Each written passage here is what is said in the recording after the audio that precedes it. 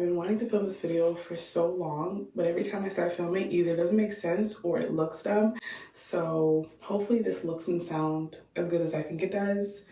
If it doesn't, I am so sorry. Really wanted to talk to you guys about some of the things that I wish that I looked into before applying to school. If you guys didn't know, and I'm gonna say this correctly because I always say third year, I am currently in my fourth year of optometry school. I am a fourth year international optometry student at South University, and I just started my externship process. I'm actually currently at my first externship site right now, and it's going great, honestly, but you guys gotta watch next week's vlog to see what I've been up to. Obviously, I wrote down some notes because I can go on a tangent just like I did for this intro. So let's just get right into it. I'm gonna say my intro anymore.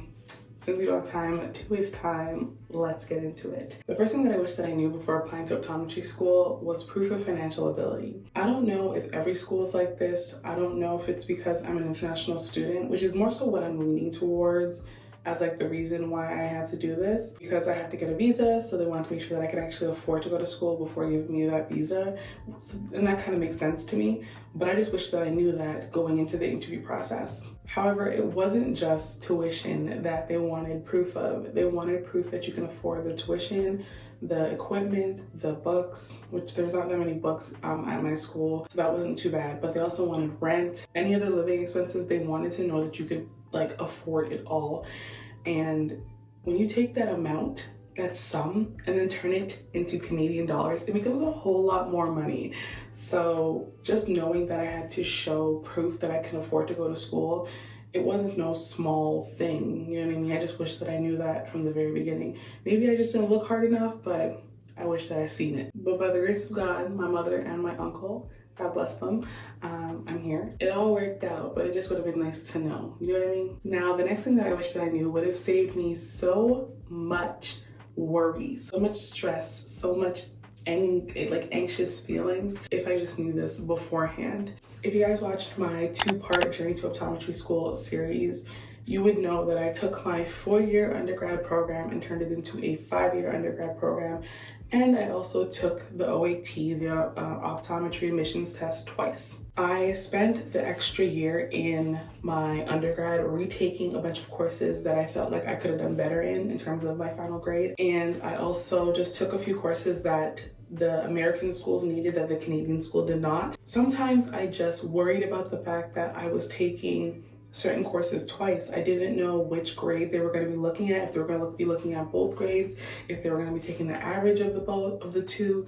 I didn't know. And it made me really, really worried. Honestly, I wish that I can give my applicant self the advice that I give some of the women that reach out to me asking about their application. Basically, you cannot change what you can't control. You cannot worry about the things that you cannot change. All you can do is focus on the things that you can control. There's nothing productive in worrying about all the things that you no longer have control of. I guess to some extent, I kind of believe that for myself without saying those exact words, because I took my OET a second time, not knowing if they were going to look at my lower scores or my higher scores or each section individually, only to find out during my interview. And I think I might have forgotten that I knew this during the interview that I did with the admissions office at my school. If you guys didn't watch that, I'll make sure to link that as well. But they basically take the highest test scores from your OAT and they call it super scoring. That helped me out so much. You have no idea. I had no idea that they would even do that. And if I'd known that before, I would have been a lot less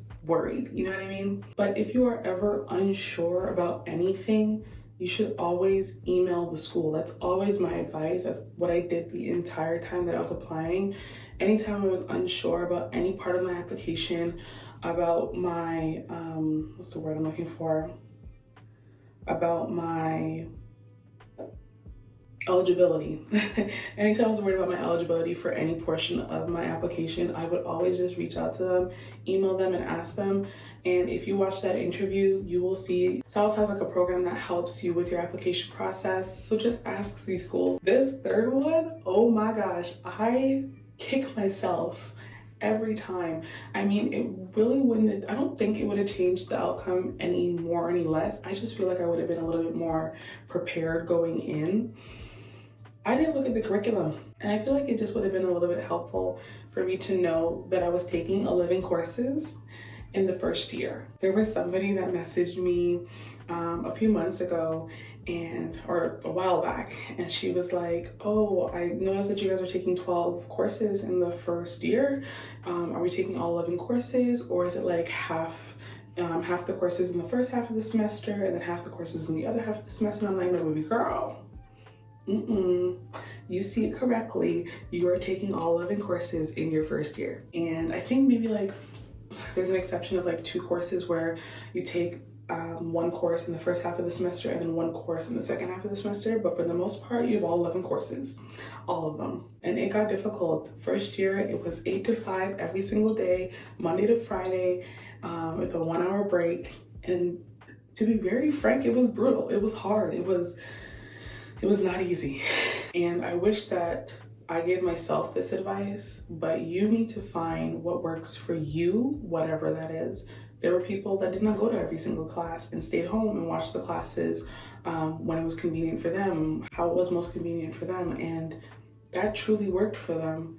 And to be very honest with you guys, I wish that I watched the videos from home on my own time, in my own way, because that made it a lot easier for me to take my own notes at my own pace. But just figuring out what works for you is the best way to ensure your success and your longevity, because once you burn out, you are burnt out. There is nothing more to give. And I think that the sooner that you figure that out, the sooner you carve out time in your study schedule for yourself. And that becomes very important. The more important it becomes, the more of a priority it is to you, and the easier it becomes for you to actually like make time for yourself without even feeling guilty about it. Because I cannot be the only one. Let me know in the comment section down below, but I cannot be the only one that feels guilty whenever I take a little bit of time for myself outside of studying. Even sometimes, like when I first started editing my videos for YouTube, I felt so guilty that I was not studying every second of the day. But I got to a point where I would block out time for myself, whether that be working out, editing, sometimes even I would put in my schedule making breakfast, making lunch, and a time when I would stop studying so that I can make dinner, because otherwise I did not see that I had time to do those things. Eventually, it didn't take much for me to just take a break from studying. There was a point where I was feeling burnt out every single semester. There was one semester where I nearly finished an entire bottle of Advil because I had a continuous migraine the entire week. And I took an Advil maybe twice a day, 3 times a day, because I couldn't shake this headache. And it was because I was not eating right, I was not taking breaks, I was studying all day without end, and going to sleep really late, waking up really early. I was burning myself out. And I'm sure we all know that you cannot pour out of an empty cup. But for some reason, being a student, that logic does not apply. Yes, I have to study for finals, but what good am I to myself if I don't take breaks, I don't sleep properly, I don't eat? I started to realize that I needed to make sure that I was fueling my brain and my body correctly to ensure that I was able to be as efficient as possible when I was studying. Whenever I wouldn't, I was now fighting off a nap every 5 seconds and being a lot less efficient with my studying. And so in the long run, it just happened to make me take more time to study that material when I could have just took the time to eat. You see where I'm going with this? I put so much time into being the best student that I could be. And although being a student has been, majority of my life, God spare my life, it's not going to be the rest of my life. I am almost out of this phase of my life. I have so much more life to live. So what's the point of me running myself and my body into the ground trying to be this great student when there's nothing left to give? I typically prioritize giving time to myself first, although I will say by the end of last semester, I was definitely feeling burnt out. Nothing like how I felt 2 years ago during that final season, but I was definitely burnt out. And I will say it was more so due to the fact that I realized that I was coming to the end of like a very big part of my life.